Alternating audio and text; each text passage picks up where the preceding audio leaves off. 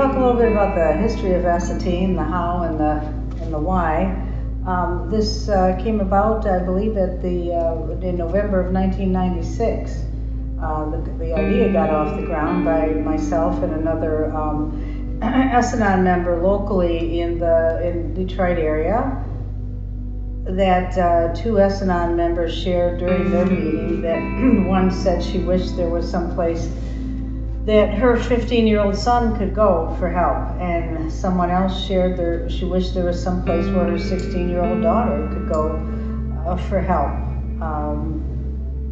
So myself and another S-Ateen member that had been in the program for a while, and neither of us had any children, or no, there wasn't an issue of us having our own kids in the meeting or anything.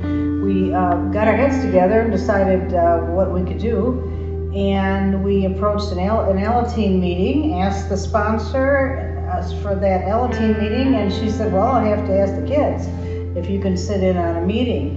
And they all said sure, so we did sit in on their S-Ateen meeting, and we thought, well, we can do this. And so we did. We had the first S-Ateen meetings at the same location where we happened to have, it was on a Friday evening, we happened to have a S-Ateen meeting going on at the same time, the same place. There was also an SA meeting at the time going on at the same time, same place. And so we started the first meeting with a 16-year-old boy, 15-year-old girl, and then within a few weeks, a 13-year-old girl came, and this was early 1997. And those three young people were about as different could be. The 16-year-old girl was, I guess, what you might call a bookworm, very studious and not sports-minded, not a cheerleader, nothing like that, just very book-minded, intellectual. The 15-year-old boy was kind of like, I guess you could say, a little bit of the rebel type, and wore all black and the big army boots and that type of thing. The 13-year-old girl had a real attitude that she, really wasn't interested in being there, and she was the cheerleader type at her school and everything else. So why I'm bringing this up is because if these three young people had met at a local high school, they probably never would have gotten together. They probably never would have been friends. Once they were together at an S-Ateen meeting, it didn't make any difference. They were all the same, and they bonded quite quickly. I think the 13-year-old girl that was quite resistant, it might have taken her, 2 or 3 meetings to really get comfortable and feel like she was connected to the other ones, and to myself and the other S-Ateen sponsor at the time.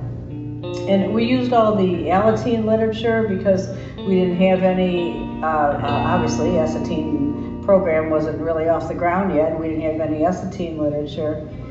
And anyways, those first 3 teens helped to write the original S-Ateen readings, the S-Ateen problem and the S-Ateen keys to recovery. And then, of course, they went through the conference approval process, the readings, to be conference approved for S-Ateen and S-Ateen, but the teens did help write those themselves. It wasn't the adults writing them. It was S-Ateen literature, even then, written by S-Ateens. There's so much hope with the S-Ateens that, learning to practice healthy behaviors, learning that they're not alone. They have other people to bounce things off of and get those reality checks from is so comforting, because in the reading, the S-Ateen Keys to Recovery, it was one of the teens that made sure this key got in there.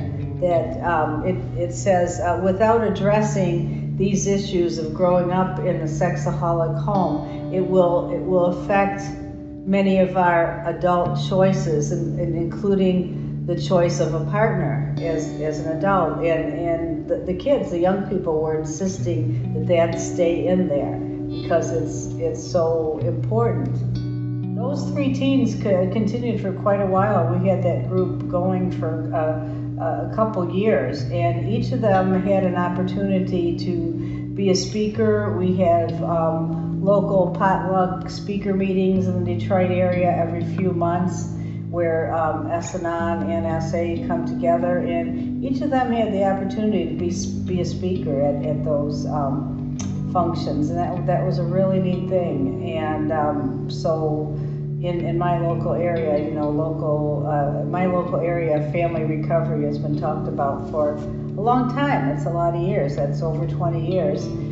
And those 3 young people got older, and nobody came for quite a while. And eventually we had one other teen that started coming, and she was only 12 when she started coming, and she was really the only teen for quite a while. Occasionally we had another person who maybe brought a young person once in a while, but that young teen, she really hung in there. And when she was 14, she was a speaker at an international convention, and through her college years, she didn't attend any recovery program, but she ran into issues as a young adult, and knew enough to came back to S-Ateen as a young adult, and because of her experience with S-Ateen. And we did also have a group going again for a couple years with they were 3 siblings from the same family in my local area, and that worked out just fine. So they learned about respecting each other, respecting each other's anonymity, that type of thing, outside of meetings. We've never had an experience where a young person has come to an S-Ateen meeting without already knowing what the family disease is, what's going on in the home, without having a basic understanding of sex addiction. As a matter of fact, we tell people that, who are parents, that just dropping kid off at an S-Ateen meeting, or coming to a weekend convention with your teens without them having some basic understanding of the family disease of sex addiction is not at all recommended. So the kids come to the meetings, they already know basically what the family disease is, and they're not in the meetings talking about any sexual acting out things. They're in the meetings talking about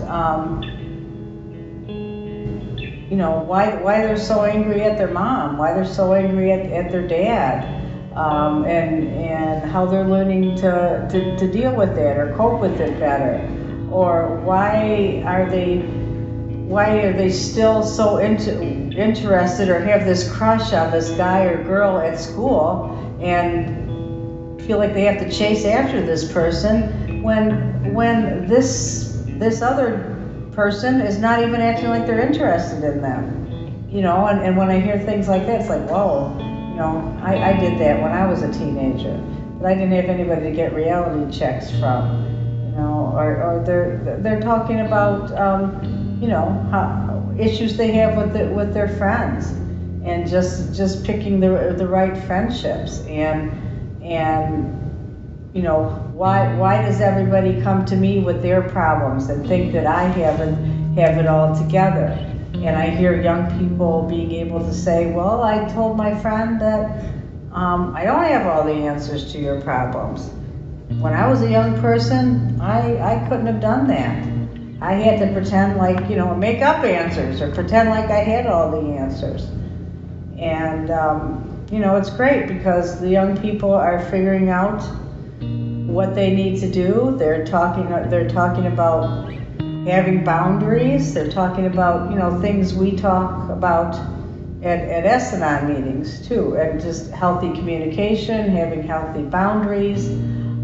They're learning that it's okay whatever they're feeling. If they're feeling sad or angry, and they can be sad or angry when they're feeling that way. If they're feeling happy, they can be happy. That type of thing. Those are the kind of things that they talk about. They talk about, problems that are going on at school, problems they're working through with their friends, decisions they're making as they're 15, 16, 17 years old. Some of them are talking about, I'm learning that I don't have to be a substitute mom or a substitute dad to my little brother or my little sister. They're talking about those kind of things. They're talking about how they might already have a overdeveloped sense of responsibility in their home, and they're only 14, 15 years old. They're not talking about any details of anybody's sexual acting out. So that's, that doesn't come up at meetings. Unfortunately, right now, there are not any face-to-face meetings happening in the U.S., and I hope that changes very soon, because at these international conventions where I'm at right now, we do have face-to-face S-Ateen meetings. There's been S-Ateen presence at international conventions for actually probably since the late 90s, and we've had several different S-Ateen speakers.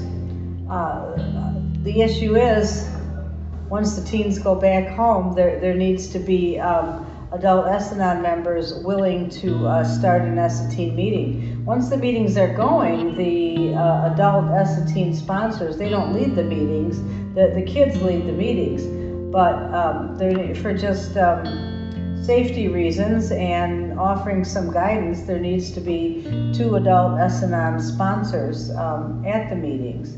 That's also helpful, not only just for safety reasons, but myself as an adult S-Ateen sponsor, sometimes I need to debrief with somebody after an S-Ateen meeting. Some things get stirred up for me, and because of anonymity, I wouldn't talk to just any other program member about what somebody shared at a meeting or what happened in a meeting, but I can talk to the other sponsor that was in that meeting.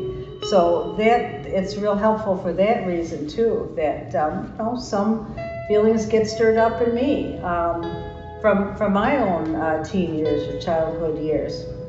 At these conventions, the face-to-face meetings are just so wonderful, and even though at this time, in the summer of 2018, there aren't any face-to-face meetings, we encourage the teens, especially once they've been to a convention, to stay connected with the S-Ateen online community, and part of that online community is having live voice phone meetings right now it's every Sunday evening.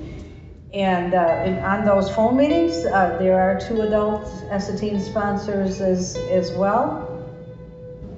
Again, the young people lead the meetings, not the adults. And it's great. It's not as wonderful as face-to-face meetings, but it is wonderful because the young people are connecting with each other, and from all over the U.S. and Canada, they can connect at least by phone. We encourage when they're at the conventions to exchange phone numbers and email addresses and stay connected with each other. We're encouraging them to work the steps on the phone meetings through the online community. We have a step meeting every week that allows time for writing on the step and then sharing. So we do encourage them to do their own step work. And my hope is that face-to-face meetings get started again, and there needs to be willingness, like I said, for adult S-Ateen members to help get the meetings started. It's just been so very rewarding for me, and something I was thinking about and shared with somebody earlier this weekend, that things that took me, you know, a year or so in S-Ateen and in therapy to have an aha moment about or get an insight about. It takes the young people about 20 minutes. It's like, oh yeah, I get that. You know, they don't have all the layers of defenses built up like I had when I came into recovery, because I was already an adult and had all these defenses built up. So it's really refreshing, very heartwarming to me. I've appreciated you know, sharing humor with them and just seeing them be real and the way they can, like I said, their differences, it doesn't matter outside the meetings. They just instantly bond with each other and connect with each other.